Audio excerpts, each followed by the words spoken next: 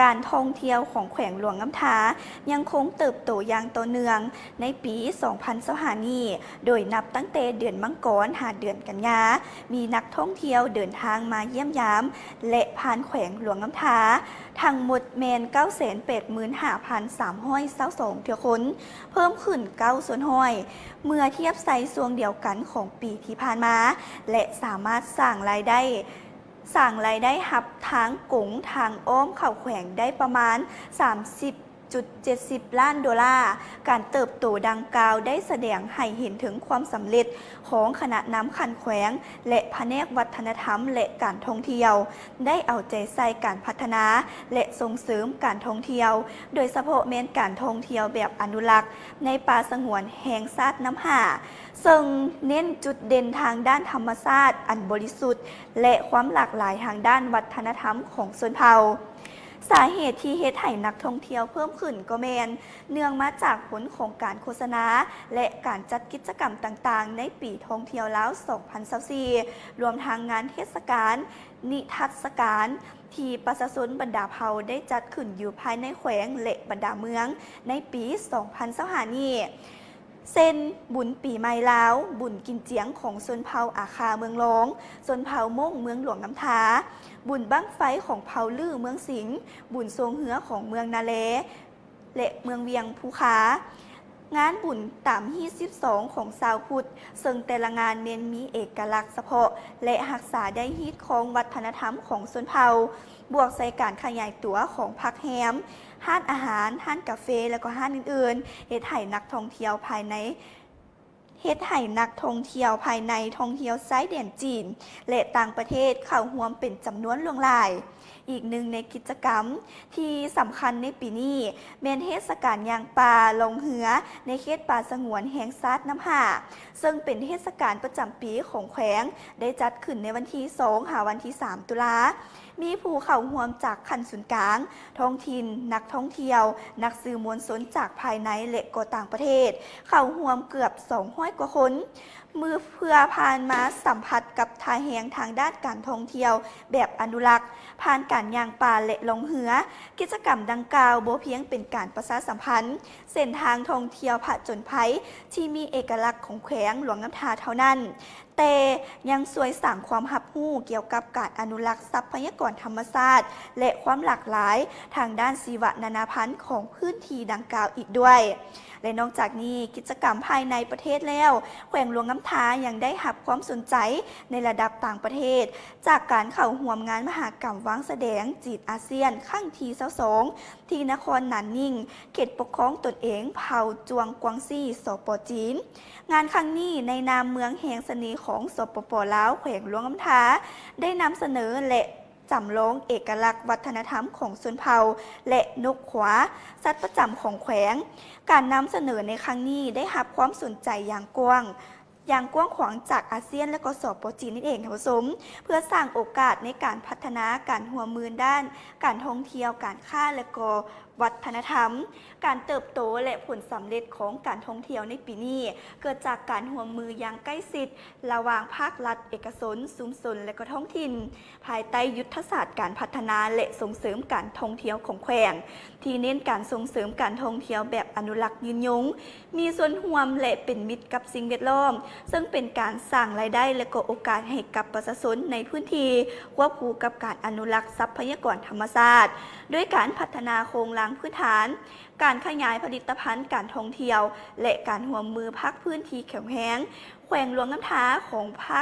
พวกเขานั่นเองท่านผู้ชมกำลังก้าวสู่การเป็นจุดหมายปลายทางของการท่องเที่ยวแบบอนุรักษ์ของภาคพื้นและแขวงหลวงน้ำทาได้มีเป้าหมายที่จะดึงดูดนักท่องเที่ยวเพิ่มขึ้นในช่วงท้ายปี 2025 นี้และให้บรรลุตามระดับคาดหมายก็คือ 1,280,000 เที่ยวคนโดยการซุกนิ้วให้ภาคเอกชนปรับปรุงคืนและก็เปิดคืนใหม่บรรดาแหล่งท่องเที่ยวที่ได้รับผลกระทบจากภัยพิบัติน้ำท่วมในปี 2025 เป็นต้นแม่นแหล่งท่องเที่ยวน้ำตกตาดน้ำดีซึ่งตามแผนจะเปิดให้บริการคืนในเดือนพฤศจิกายนปี 2025 นี้งานเทศกาลบุญนมัสการ พระธาตุเจียงตึงเมืองสิงห์มรดกแห่งชาติประจำท้องถิ่นครบรอบ1 ปีซึ่งจะได้จัดขึ้นในวันที่5 พฤศจิกายน 2025 นี้และนอกจากนั้นแขวงหลวงนันทายังได้สุกยุให้ผู้ประกอบการธุรกิจท่องเที่ยวปรับปรุงที่พักแห้งห้างกินดื่มเซ็นอาคารสถานที่และการบริการเพื่อรับน้องนักท่องเที่ยวที่อาจจะเพิ่มขึ้นในท้ายปี 2025 นี้และพร้อมเดียวกันนั้นก็ยังได้สุกยุภาคส่วนที่เกี่ยวข้องความพร้อมต้อนรับนักท่องเที่ยวต่างประเทศที่จะมาท่องเที่ยวในป่าสงวนแห่งชาติน้ำหาในช่วงฤดูหนาวนี้ตื่มอีกด้วยท่านผู้ชม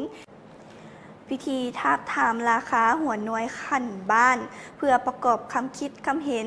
ใส่หางข้อตกลงของเจ้าแขวงว่าด้วยนโยบายและราคาทดแทนของโครงการ GMSC ฉบับปรับปรุงปี 2025 นี้ได้จัดขึ้นในวันที่ 15 ตุลาคม 2025 อยู่ที่ห้องประชุมห้องการบ้านโพไซโดยการเป็นประธานของทานไข่ทองคำสูนทองห้องหัวหน้าแผนกยทขแขวงมีต่างหน้าแผนกของแขวงองค์การจัดตั้งตลอดฮอดพ่อแม่ประชาชนบรรดาเผ่าภายในหาบ้านก็คือบ้านโพไซโพสีสีมงคุลบ้านมีไซและก็บ้านปากสันเขาห่วมด้วยกันพิธีดังกล่าวเมนเพื่อเป็นการทาบทามราคาหัวหน่วยเพื่อขอคำคิดคำเห็นใส่หางข้อตกลงของเจ้าแขวงบริคำไซว่าด้วยนโยบายและราคาหัวหน่วยทดแทนต่อกับผู้ที่ได้รับผลกระทบจากโครงการย่อยของโครงการ GMSC ฉบับปรับปรุงปี 2025 นี้สำหรับโครงการพัฒนาตัวเมืองตามแนวทางอนุภาคพื้นของแม่น้ำของสีตัวเมืองปากสันทุนของโครงการนี้แม่นได้สุ่มใส่กิจกรรมก็คือ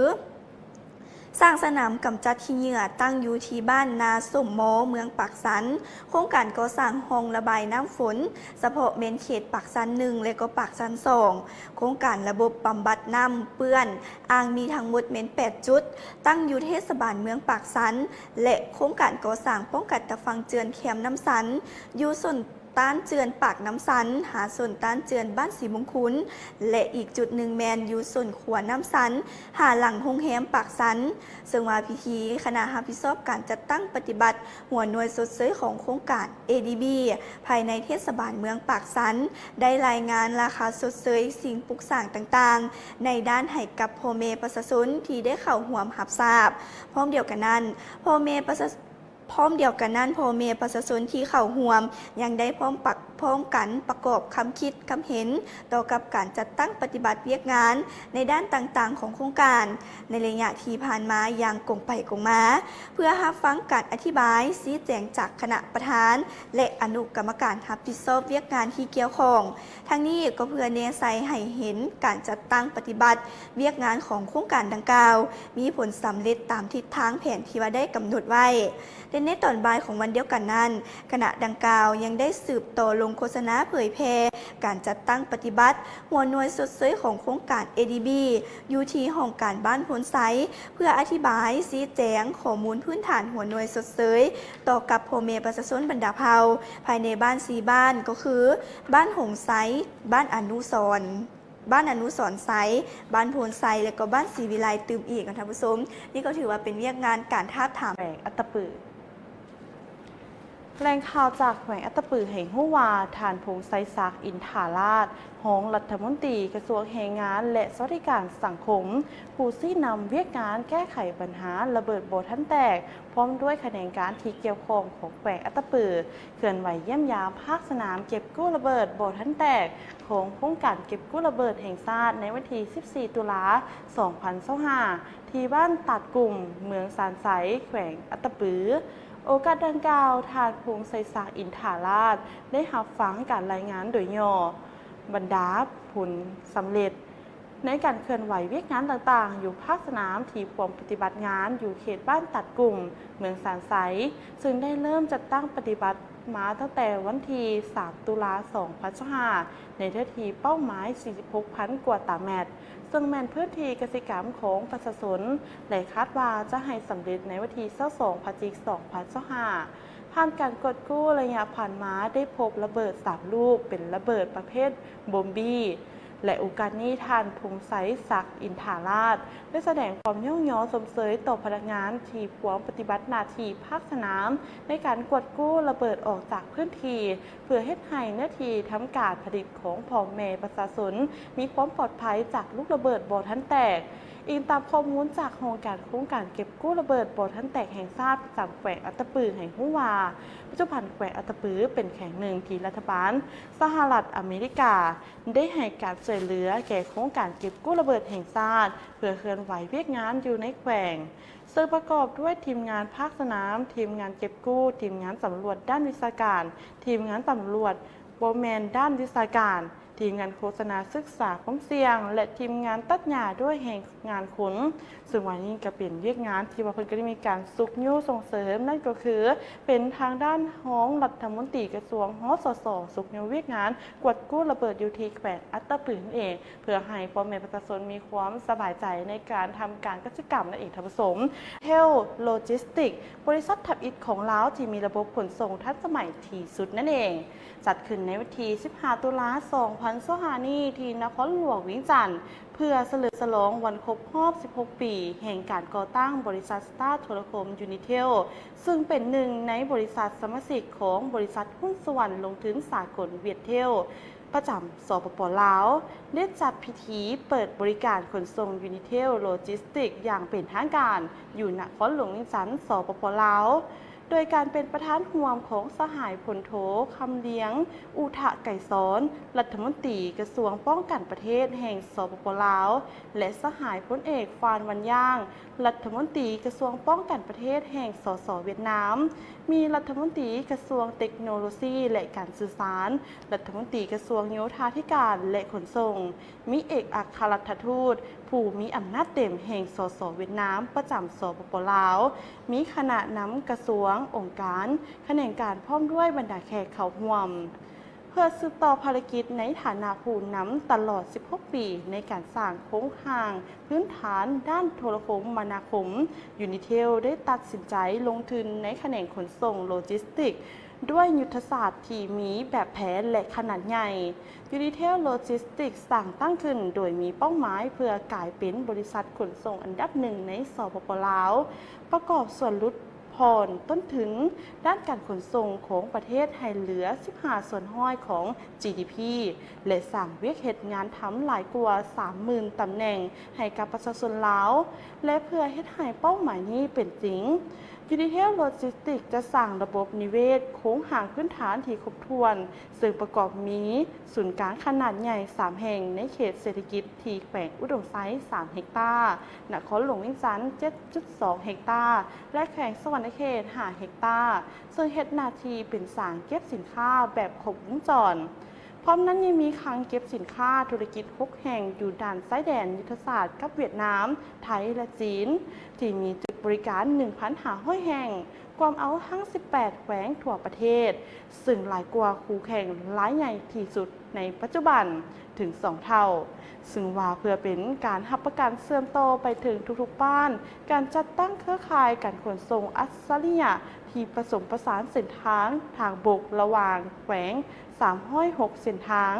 พร้อมคำมั่นสัญญาในการจัดส่งสูงสุดภายใน D+3 ซึ่งว่าเส้นทางอากาศทั้งภายในและต่างประเทศและเส้นทางรถไฟที่เชื่อมต่อลาวจีนและลาวไทยนอกจากนี้ยูนิเทลโลจิสติกยังมีการบริการเพิ่มมูลค่าเซ็นบริการเก็บเงินปลายทาง COD การประกันภัยสินค้าสางอัจฉริยะและที่สำคัญแม่นบริการจัดส่งหักเอกสารทางราชการซึ่งช่วยให้ประชาชนรวมทั้งภาคส่วนธุรกิจประหยัดเวลาและค่าใช้จ่ายในการเดินทางได้สูงสุดโครงการยูนิเทลโลจิสติกบ่เพียงแต่มีความหมายทางด้านเศรษฐกิจเท่านั้นแต่ยังเป็นสัญลักษณ์แห่งมิตรภาพและการร่วมมือด้านยุทธศาสตร์ที่มั่นคงระหว่างลาวและเวียดนามและโครงการนี้คาดว่าจะเฮ็ดให้คำมั่นสัญญาของการร่วมมือระหว่าง2 รัฐบาล2 กระทรวงป้องกันประเทศเป็นจริงขึ้นโดยการขยายการเชื่อมโยงจากโทรคมนาคมไปสู่โลจิสติกและด้วยการเปิดการบริการขนส่งยูนิเทลโลจิสติกได้ยั่งยืน นถึงบทบาทการเป็นผู้นำในการนำใช้เทคโนโลยีที่ทันสมัยและนวัตกรรมที่สร้างสรรค์เพื่อรับใช้ประชาชนและหน่วยงานรัฐบาลของสปป.ลาวตื่นอีกการบริการขนส่งยูนิเทลโลจิสติกเป็นขีดหมายอันสำคัญบ่เพียงแต่สตาร์โทรโคมเท่านั้นแต่ยังรวมถึงวงการโลจิสติกของสปป.ลาวซึ่งจะเปิดทางไปสู่อนาคตที่สินค้าสามารถไหลเวียนได้ไวขึ้นและมีประสิทธิภาพหลายขึ้นประกอบส่วนเข้าในความเจริญหุ่งเฮืองของประเทศและเพิ่มทวีสายพัวพันมิตรภาพอันพิเศษระหว่างลาวและเวียดนามให้แน่นแฟ้นยิ่งขึ้นนั่นเองค่ะผู้ชมถือว่านี่ก็เป็นทางด้านการเปิดโลจิสติกก็คือการขนส่งที่ว่ามีคุณภาพและก็ทันสมัยจากทางยูนิเทลนั่นเองท่านผู้ชมเนาะเป็นบริษัทสตาร์โทรโคมที่เพิ่นก็ได้มีการเปิดให้การบริการเพื่อความสะดวกสบายให้กับพ่อแม่ประชาชนและก็ทางภาครัฐบาลในการขนส่งสินค้าต่างๆรวมไปถึงเอกสารที่สำคัญนั่นเองเพื่อลดพรเวลาของท่านในการให้ความสะดวกสบายท่านผู้ชมเนาะ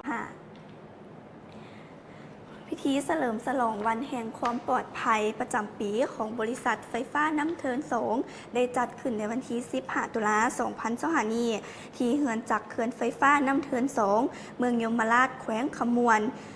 ให้เกียรติเข้าร่วมเป็นประธานเปิดงานในครั้งนี้โดยทานหมากอังตวนลุบผู้อำนวยการบริษัทไฟฟ้าน้ำเทินสงมีบรรดาลทานในคณะบริหารงานบริษัทพร้อมด้วยแขกที่ถูกเชิญจากแผนกการขันแขวงอำนาจการปกครองเมืองอ้อมข้างอำนาจการปกครองเมืองอ้อมข้างก็คือนากายยมราชและก็เมืองคำเกิดแขวงบริคำไซตลอดฮอดพนักงานวิชาการภายในบริษัทไฟฟ้าน้ำเทินสงก็ได้เข้าร่วมด้วยกันวันแห่งความปลอดภัยเป็นหนึ่งในกิจกรรมที่ทางบริษัทไฟฟ้าน้ำเทินสงได้ให้ความสำคัญและจัดขึ้นในทุกๆปีโดยเริ่มตั้งแต่ปี 2010 เป็นต้นมาเพื่อเป็นการนำเสนอและสนับสนุนวัตถุประสงค์ตามนโยบายด้านคุณภาพสุขภาพความปลอดภัยและสิ่งแวดล้อมของทางบริษัทมาฮอดปัจจุบันยิ่งเห็นได้อย่างชัดเจนและเป็นรูปธรรมได้หลายขึ้นโดยผ่านการจัดงานวันแห่งความปลอดภัยในซุ้มปีที่ผ่านมาย้อนเห็นได้ความสำคัญดังกล่าวผู้บริหารงานของบริษัทไฟฟ้าน้ำเทินสงจึงได้ตัดสินใจหันเปลี่ยนรูปแบบการจัดการจากสัปดาห์แห่งความปลอดภัยมาเป็นวันแห่งความปลอดภัยนับตั้งแต่ปี 2019 เป็นต้นมาจนมาถึงปัจจุบันภายในงานบรรดาทานที่เข้าร่วมได้รับชมการประกวดผลงานวิดีโอภายใต้หัวข้อ10 กฎหลักพิทักษ์ชีวิตที่สร้างขึ้นโดยแผนกการแขนงการที่ว่าปินโอมพร้อมทางได้เที่ยวชมและร่วมลินกิจกรรมต่างๆตามบูธที่ทางบริษัทได้จัดขึ้นซึ่งมีกิจกรรมที่สำคัญสามารถถอดถอนบทเรียนและความรู้พื้นฐานเกี่ยวกับความปลอดภัยให้แก่ผู้เข้าร่วมได้เป็นอย่างดีเป็นต้นแมนกิจกรรมความปลอดภัยจากไฟฟ้าความปลอดภัยในการขับขี่และกิจกรรมความปลอดภัยด้านอื่นๆอีกด้วยบนพื้นฐานปฏิบัติตามนโยบายด้านความปลอดภัยของบริษัทได้วางออกและพร้อมนี้ยังได้รับชมวิดีโอ15 ปีของการเดินทางด้วยความปลอดภัยของน้ำเทินสงพิธีลงนามกฎระเบียบด้านความปลอดภัยของพนักงานน้ำเทินสงและบรรดาผู้รับเหมาพร้อมพิธีมอบรางวัลให้แก่ทีมที่ชนะในการประกวดวิดีโออีกด้วยทานหมากอังตวนลุบได้กล่าวในพิธีเปิดงานในครั้งนี้ว่าวันแห่งความปลอดภัยประจำปี 2025 ของน้ำเทินสงเป็นวันที่พวกเฮาย้ำเตือนกันถึงความตั้งใจต่อด้านความปลอดภัยสลองต่อความสำเร็จและพร้อมกันเบิ่งไปอนาคตข้างหน้าที่ปลอดภัยยิ่งขึ้นในวันนี้พวกเฮาขอยืนยันกับความตั้งใจต่อด้านความปลอดภัยผ่าน10 กฎหลักพิทักษ์ชีวิตซึ่งเป็นการปฏิบัติที่เป็นประโยชน์ต่อกับทุกคนก็คือบรรดาพนักงานที่ปรึกษาและก็ผู้รับเหมาก็เพื่อให้พวกเขาทุกคนได้กลับบ้านไปหาคนที่เฮาฮักอย่างปลอดภัยและในมื้อนี้พวกเฮายังได้เฉลิมฉลองการครบรอบ15 ปีของการเดินทางด้วยความปลอดภัยของพวกเฮานำกันซึ่งเต็มไปด้วยการปรับปรุงอย่างต่อเนื่องพร้อมด้วยวัฒนธรรมความปลอดภัยที่ว่าเข้มแข็งโดยเฉพาะอย่างยิ่งก็คือน้ำเทินสงได้บรรลุเป้าหมายอันสำคัญคือการปฏิบัติเวียกงานโดยมีอุบัติเหตุที่เฮ็ดให้พักเวียกการ การบาดเจ็บเป็นเวลา 3,100 วันแล้วหรือหลายกว่า 8 ปีนี่คือความสำเร็จที่น่าภาคภูมิใจและเป็นสิ่งเตือนใจให้พวกเขามีความระมัดระวังสูงอยู่ตลอดเวลาขอให้พวกเขาจงจดจำไว้ว่าความปลอดภัยบ่แม่นการพยายามเพียงครั้งเดียวแต่เป็นความรับผิดชอบร่วมกันและอย่างต่อเนื่องจงพากันตื่นตัวและตั้งใจร่วมกันเฮ็ดให้น้ำเทิน2เป็นสถานที่ที่ปลอดภัยที่สุดสำหรับทุกคนนั่นเองนี่ก็เป็นทางด้านบริษัทไฟฟ้าน้ำเทิน2เพิ่นก็ได้จัดกิจกรรมวันแห่งความปลอดภัยประจำปี 2020 อิงตามการให้สัมภาษณ์ของทานพันโทกิคำศรีหาบุตรหัวหน้าแผนกจราจรปกส.แขวงเมื่อวันที่ 15 ตุลาคม 2025 นี้ว่าในระยะ 9 เดือนที่ผ่านมาทั่วแขวงมีอุบัติเหตุเกิดขึ้นตามท้องถนนทางหมดแมน 311 รายเทียบไซระยะเดียวกันนั้นของปี 2024 เพิ่มขึ้น 48 ครั้งมีพาหนะเปเพ471 คันเปเพเล็กหน่อย 318 คันเปเพสมควร 145 คันใช้การบ่ได้แม่น 8 คันคนที่ได้รับบาดเจ็บมี 418 คนเป็นยิง 125 คนบาดเจ็บเล็กน้อย230 คนหญิง75 คนบาดเจ็บสมควรเป็น143 คนหญิง41 คนบาดเจ็บสาหัสเป็น23 คนเป็นหญิง6 คนและก็เสียชีวิต19 คนหญิง3 คนถ้าหากเทียบไซปีที่ผ่านมาจำนวนผู้เสียชีวิตลดลงเป็น8 คนรวมมูลค่าเสียหายทั้งหมดแมน2 ตู้400 ล้านกว่ากีบในขณะเดียวกันนั้นตลอดระยะที่ผ่านมาทางแผนกจราจรได้เคลื่อนไหวเวียกงานวิสาเฉพาะจุดสุมได้ลงเคลื่อนไหวโฆษณาตามเทศบาลแขวงและเมืองนำไส้รถสลามโฆษณาตามเส้นทางของขอบเขตทาง3 แยกและก็4 แยกเขตแออัดชุมชนตลาดและนอกนั้นยังได้สมทบกับแผนกศึกษาธิการและกีฬาลงเคลื่อนไหวโฆษณาตามโรงเรียนในขอบเขตทั่วแขวงตั้งจุดกวดกาบังคับใช้กฎหมายตามเส้นทางหลวงแห่งชาติกวดทัดเหล่าจับความไว้และศึกษาอบรมผู้ที่ล่วงละเมิดต่อระเบียบการสัญจรเพื่อลดพรการเกิดอุบัติเหตุบนท้องถนนหลวงทานยังได้กล่าวตืมว่าสาเหตุต้นตอที่พาให้เกิดอุบัติเหตุย้อนผู้ขับขี่ยังถือเบาในการปฏิบัติกฎระเบียบการสัญจรดื่มสิ่งมึนเมาแล้วขับขี่ไว้เกินกำหนดบ่ปล่อยสิทธิทางน้อยบ่ให้เกียรติทางใหญ่สภาพเทคนิครถบ่รับประกันบ่ครบถ้วนจุดที่มักเกิดอุบัติเหตุหลายกว่าหมู่แม่นเขตชุมชนเทศบาลเมืองแขวงบรรดา3 แยกแล้วก็4 แยกเป็นต้นเส้นทางหน้าสภาประชาชนแขวงโรงเรียนมส.จันทาหน้าโรงการน้ำประปาและก็เขตเส้นทางบ้านสามัคคี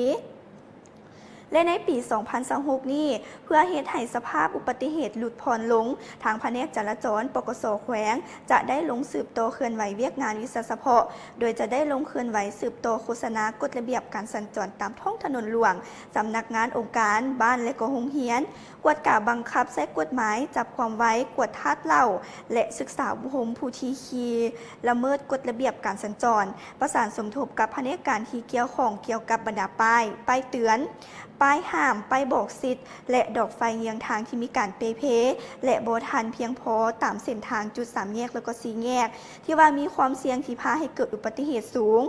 ทานพันโทกิคำศรีหาบุตรหัวหน้าแผนกจราจรปกส.แขวงได้ถือโอกาสนี้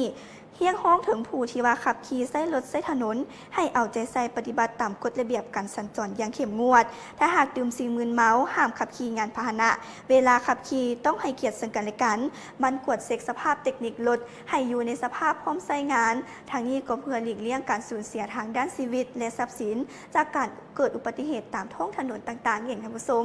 อยู่ภาคใต้ของสปป.ลาวซึ่งว่าระยะนี้เป็นระยะที่ 3โดยการลงนามของทานอนุภาพวงศ์นอแก้วรองรัฐมนตรีกระทรวงการต่างประเทศและทานโคอิซุมิซึโตโมะเอกอัครราชทูตวิสามัญผู้มีอำนาจเต็มแห่งญี่ปุ่นประจำลาวโดยมีรัฐบาลญี่ปุ่นสนองการช่วยเหลือเป็นมูลค่า673 ล้านเยนหรือว่าประมาณ 4.5 ล้านดอลลาร์สหรัฐให้แก่สปป.ลาวเพื่อสุ่มใส่การพัฒนาความสามารถของโครงการเก็บกู้ระเบิดแห่งชาติอยู่ภาคใต้ของลาวการช่วยเหลือครั้งนี้เป็นการช่วยเหลือของระยะที่ 3เวียกงานเก็บกู้ระเบิดบ่ทันแตกหรือว่าลบต.ใน3แขวงภาคใต้คือจำปาสักสารวัตรและเซกองเป้าหมายต้นต่อของโครงการก็แม่นการสนับสนุนโดยกงให้แก่โครงการเก็บกู้ระเบิดแห่งชาติคกล รับประกันการสร้างขีดความสามารถในการสนองอุปกรณ์ที่จำเป็นสำหรับการดำเนินงานสำรวจการกวดกู้ระเบิดที่ยังตกค้างในระยะยาวให้มีความยืนยงและมีประสิทธิภาพรวมทั้งพาหนะขนส่งหนักและเบาอุปกรณ์ไอทีแท็บเล็ตดิจิตอลเพื่อปรับปรุงการคุ้มครองข้อมูลและการรายงานในภาคสนามรวมทั้งค่าใช้จ่ายสำหรับกิจกรรมเพื่อรับประกันการนำใช้ทุนที่มีความจ่าแจ้งและมีความโปร่งใสในระดับสูงที่สุดโครงการระยะ 3 นี้แมนมีความหมายความสำคัญต่อกับสปป.ลาวโดยเฉพาะแมนการบรรลุความหมายมั่นในการจัดตั้งปฏิบัติเป้าหมายการพัฒนาแบบยืนยงหรือว่า SDG 18 ชีวิตปลอดภัยจากรปต.ปัจจุบันปัญหาของรปต.เป็นอุปสรรคต้นตอต่อการพัฒนาเศรษฐกิจสังคมทั้งเป็นการกีดขวางการผลิตกสิกรรมโครงการพัฒนาพื้นฐานของรางการดำรงชีวิตโดยรวมของชุมชนในเขตชนบทรัฐบาลสปป.ลาวได้สืบต่อให้บริมสิทธิ์แก่การกำจัดอุปสรรคดังกล่าวนี้ภายใต้แผนพัฒนาเศรษฐกิจสังคมแห่งชาติ 5 ปีครั้งที่ 9 คือตั้งแต่ปี 2021 ถึง 2025 และเป้าหมายการพัฒนาแบบยืนยง SDG ที่ 18 ซึ่งว่าเป็นเป้าหมายเฉพาะของลาวพวกเขา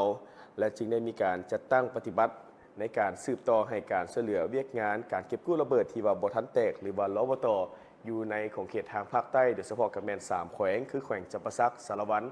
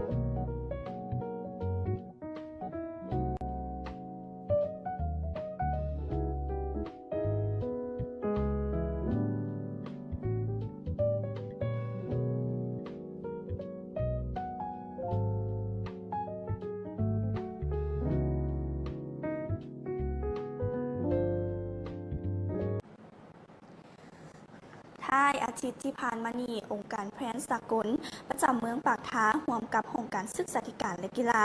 องค์การสหพันธ์เมนหญิงและองค์การเจ้าหนุ่มเมืองปากท้าได้จัดกิจกรรมเฉลิมฉลองวันเด็กหญิงสากลอยู่โรงเรียนม.ส.ก่อนตื่นและโรงเรียนประถมบ้านแคโดยการเข้าร่วมของทานนางสวยพงสวรรค์กรรมการพรรคเมืองประธานสหพันธ์เมนหญิงเมืองสหพันธ์เมียงยิงเมืองทานสมพรอุทยาห้องหัวหน้าองค์การศึกษาธิการและกีฬาเมืองมีทีมงานขององค์การแพทย์สากลเมืองปากท้าคณะอำนวยการองค์การจัดตั้งบ้านครูอาจารย์พ่อแม่นักเรียนตลอดฮอดน้องน้อยนักเรียนก็ได้เข้าร่วมด้วยกันทานนางสวยพงสวรรค์ประธานสหพันธ์เมียงยิงได้ยกให้เห็นถึงประวัติความเป็นมาของวันเด็กหญิงสากลว่าในปี 2025 หลังสิ้นสุดเป้าหมายสทัศวรรษแห่งการพัฒนาในปี 2015 และเข้าสู่เป้าหมายการพัฒนาแบบยืนยงในปี 2016 รัฐบาลสปป.ลาวได้นำเสนอตัวละครนางน้อยซึ่งเป็นตัวแทนให้แก่เด็กหญิง 7,230 คนในสปป.ลาวตัวละครดังกล่าวได้สร้างขึ้นมาเป็นตัวแทนของเด็กหญิงและวัยหนุ่มหญิงทุกคนเพื่อเรียกร้องให้ภาคส่วนต่างๆเอาใจใส่เกี่ยวกับปัญหาและสิ่งท้าทายวัยหนุ่มหญิงกำลังเผชิญอยู่เป็นการสร้างปลุกจิตสำนึกและสุมใส่เวียกงานพัฒนาเด็กหญิงและวัยหนุ่มหญิงทุกแขนงการในขอบเขตทั่วประเทศนางน้อยได้ถูกสร้างขึ้นมาเป็นจุดเริ่มต้นในการสนทนาและให้ความสนใจเกี่ยวกับปัญหาสิ่งท้าทายและความต้องการเฉพาะของเด็กหญิงและวัยหนุ่มเพื่อให้พวกเขาได้เข้าถึงทักษะและท่าแหงบ่มซ้อนของพวกเขาเจ้าได้อย่างเต็มที่ดังนั้นในวันที่ 11 ตุลาคม 2016 เป็นต้นมา จึงได้เริ่มมีการเฉลิมฉลองวันเด็กหญิงสากลในทุกๆปีเพื่อเป็นการเฉลิมฉลองผลสำเร็จและรายงานความคืบหน้าของเวียกงานโครงการพัฒนาวัยหนุ่มหญิงการสร้างความร่วมมือและความเป็นการสนับสนุนความหมายมั่นที่เคยให้ไว้ต่อกับการกระตุกสุขยุส่งเสริมการสร้างความเข้มแข็งให้แก่เด็กหญิงสาวหนุ่มเด็กชายและชายหนุ่มด้วยวิสัยทัศน์ที่ว่าบ่ปล่อยให้ไผอยู่ข้างหลังดังนั้นสมัชชาใหญ่แห่งองค์การสหประชาชาติได้ตกลงเห็นดีรับห้องเอาวันที่ 11 ตุลาของทุกๆ ปี เป็นวันเฉลิมฉลองวันเด็กหญิงสากล ตามมติ 66/170 ลงวันที่ 19 ธันวาคม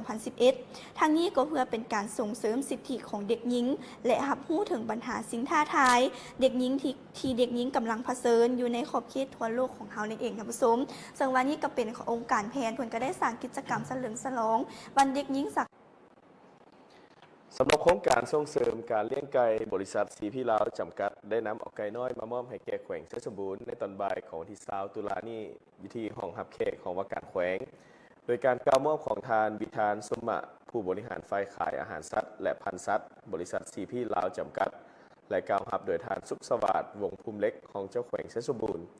มีภาคส่วนที่เกี่ยวข้องของแขวงพร้อมด้วยทีมงานจากบริษัทซีพีลาวจำกัดเข้าร่วมเป็นสักขีพยานโอกาสดังกล่าวทานวิธานสุมะได้ให้ฮู้ว่าจำนวนไก่น้อยที่ทางโครงการส่งเสริมเลี้ยงไก่บริษัทซีพีลาวจำกัดนำมามอบให้แก่แขวงไซสมบูรณ์ครั้งนี้มีทั้งหมดจำนวน 10,000 ตัวและหัวอาหารสำเร็จรูปรวมมูลค่าทั้งหมด20 ล้านกีบเพื่อว่าให้แขวงนำไปมอบต่อให้แก่ประชาชนเลี้ยงเพื่อเป็นการสร้างมิตรงานทำให้แก่ประชาชนทั้งค้ำประกันเสบียงอาหารให้แก่ครอบครัวและก็ก้าวไปถึงการเลี้ยงให้กลายเป็นสินค้าสร้างรายรับเข้าสู่ครอบครัวเพื่อให้เศรษฐกิจครอบครัวเข้มแข็งดีขึ้นกว่าเก่าในโอกาสดังกล่าวทานสุขสวัสดิ์วงภูมิเล็กได้กล่าวแสดงความขอบใจมายังโครงการส่งเสริมการเลี้ยงไก่บริษัทซีพีลาวจำกัดที่ว่ามีความเป็นห่วงเป็นใยและได้นำเอาไก่น้อยมามอบให้แก่แขวงเพชรสมบูรณ์ในครั้งนี้ซึ่งว่าเป็นการประกอบส่วนอันสำคัญเข้าในการสร้างสาพัฒนาแขวงก็คือการพัฒนาชีวิตการเป็นอยู่ของประชาชนให้มีชีวิตการเป็นอยู่ที่ดีขึ้นมีเวียกเหตุการณ์ทำสร้างเศรษฐกิจครอบครัวให้มีอยู่มีกินพร้อมทั้งให้คำมั่นสัญญาว่าจะนำเอาไก่น้อยจำนวนดังกล่าวนี้ไปมอบต่อให้แก่ประชาชนเพื่อว่าให้เลี้ยงตามจุดประสงค์คาดหมายและก็ให้ประสบผลสำเร็จเพื่อว่าเป็นการส่งเสริมให้แก่บรรดาพ่อแม่ประชาชนอยู่ในแขวงดังกล่าวโดยเฉพาะกำแพงแขวงเพชรบูรณ์สามารถมีอยู่มีกินให้และก็สร้างเศรษฐกิจให้ดีขึ้นหลวงวันที่20 ตุลาคม 2025 นี้คณะกรรมการด้านความปลอดภัยทางหลวงแขวงอุดมไซนำโดยทานคำเผาอินแก้วมณีหัวหน้าแขนงขนส่งแผนกโยธาธิการและขนส่งพร้อมด้วยเจ้าหน้าที่จราจรและองค์การจัดตั้งมหาชนได้ลงเคลื่อนไหวโฆษณาเผยแพร่ปลุกจิตสำนึกและการบังคับใช้กฎหมายด้านความปลอดภัยทางหลวงอยู่ที่โรงเรียนมัธยมสมบูรณ์น้ำแหงและโรงเรียนมัธยมตอนต้นนางามเมืองไซการลงเผยแพร่ทีมงานกองเลขาความปลอดภัยทางหลวงได้นำเสนอเกี่ยวกับกฎระเบียบการจราจรเทคนิคการขับขี่ยานพาหนะประเภทต่างๆและการนำใช้เส้นทางที่ถูกต้องและปลอดภัยสาเหตุและการแก้ไขการเกิดอุบัติเหตุผลเสียหายจากการเกิดอุบัติเหตุนำเสนอภาพวิดีโอโฆษณาเกี่ยวกับความปลอดภัยทางหลวงพร้อมทั้งสั่งกิจกรรมถามตอบเอาของรางวัลการลงเผยแพร่เพื่อจัดตั้งปฏิบัติเรียกงานโฆษณาเผยแพร่และปลูกจิตสำนึกเกี่ยวกับความปลอดภัยในการนำใช้รถนำใช้ถนนให้แก่พนักงานทหารตำรวจประชาชนนักเรียนนักศึกษาตลอดฮอดนักธุรกิจพ่อค้าเช้าขายที่ดำรงชีวิตอยู่แขวงอุดมไซแนไซสกัดกั้นการเกิดอุบัติเหตุทางถนนหลุดพ้นความสูญเสียทางด้านชีวิตและทรัพย์สินจากอุบัติเหตุสาเหตุส่วนใหญ่ในการเกิดอุบัติเหตุแม้นการละเมิดกฎจราจรขับขี่รถไว้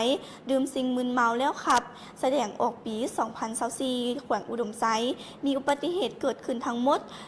267 ราย ในนี้ขันเมืองมี 189 รายพาหนะเปเพ470 คันหับบาดเจ็บ523 คนเสียชีวิต45 คนมูลค่าเสียหายเบื้องต้นแมน3ตื้อ900 ล้านกว่ากีบถนนเพื่อชีวิตขับรถซ่าชีวิตยืนยาวร่วมฟังการเผยแพร่มีคณะอำนวยการครูอาจารย์พร้อมด้วยน้องนักเรียนก็ได้เข้าร่วมในการเผยแพร่ในครั้งนี้ด้วยกันซึ่งวันนี้ก็เป็นการเผยแพร่การปลุกจิตสำนึกและก็บังคับใช้กฎหมาย